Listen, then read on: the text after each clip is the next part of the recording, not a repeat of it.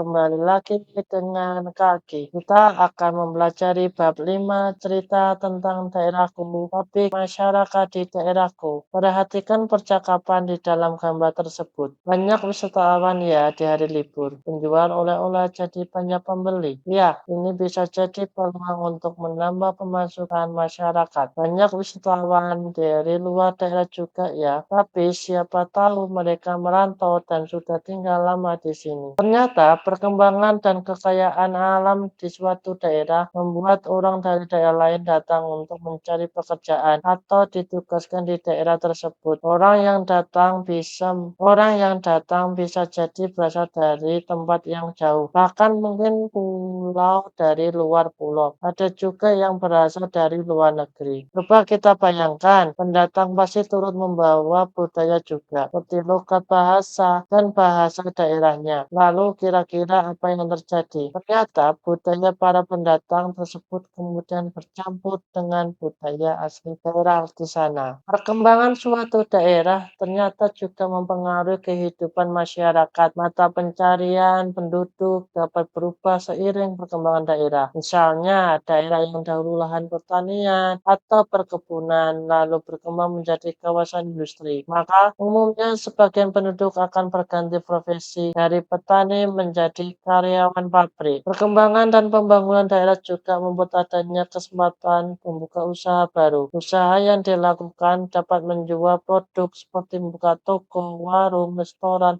atau kafe. Dapat juga menyediakan jasa seperti jasa transportasi, penginapan, dan juga pemandu wisata. Mata pencarian adalah pekerjaan utama yang digunakan untuk mencukupi kebutuhan sehari-hari. Mata pencarian penduduk menyesuaikan dengan kondisi alam. Indonesia memiliki kondisi alam yang sangat beraneka ragam, menyebabkan lapangan pekerjaan beragam pula yang disesuaikan kondisi dan kebutuhan masing-masing. Penampakan alam atau bentang alam Indonesia ada yang berupa dataran rendah, dataran tinggi, dan pantai. Mata pencarian daerah dataran tinggi. Daerah dataran tinggi berupa tanah pegunungan perbukitan, penduduk yang berada di pedesaan, bekerja di perkebunan. Mereka menanam tanaman industri, antara lain teh, kopi, kina, dan kakao. Selain itu, ada yang menanam sayuran dan bermacam-macam bunga, karena udaranya sejuk dan segar. Banyak penduduk di wilayah perkotaan mendirikan usaha perhotelan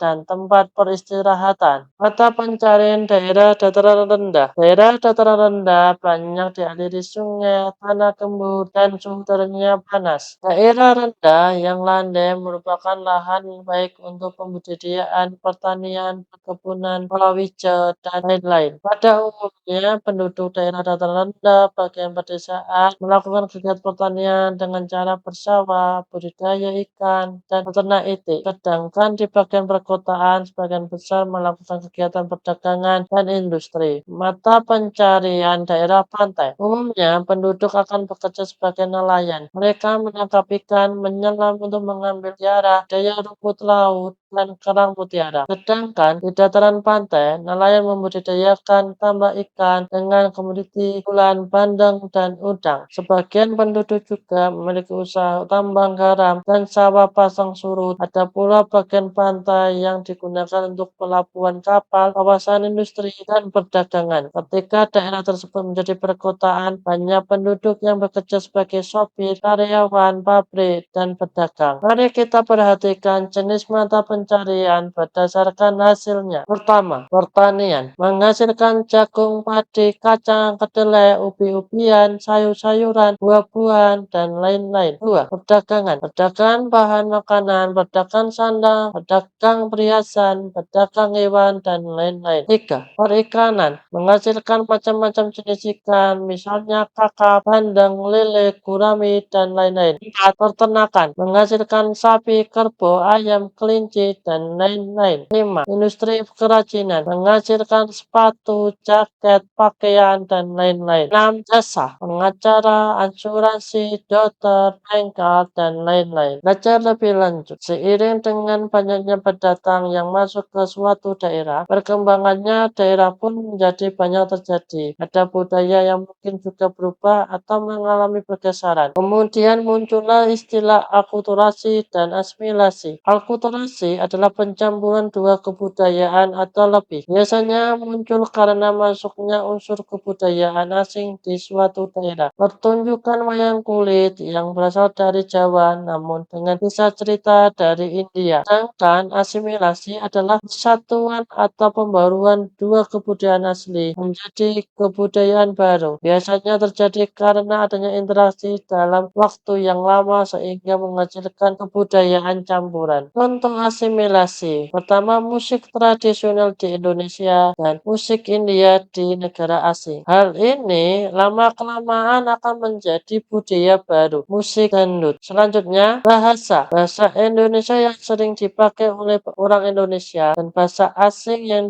sering oleh pakai bahasa orang asing. Ini akan lama-kelamaan akan menjadi bahasa serapan di dalam negara Indonesia. Seperti terus kantor, buncis, dan sebagai berikutnya. Masuknya pendatang ke suatu daerah juga bisa menimbulkan tantangan seperti satu, kebutuhan tempat tinggal yang semakin meningkat. Akibatnya, banyak tanah pertanian atau hutan berubah menjadi permukiman. Dua, menimbulkan masalah lingkungan seperti sampah yang menimbulkan penyakit. Pembelajaran hari ini telah selesai dan saya ucapkan terima kasih. Jangan lupa menyimak video-video selanjutnya ya adik-adik.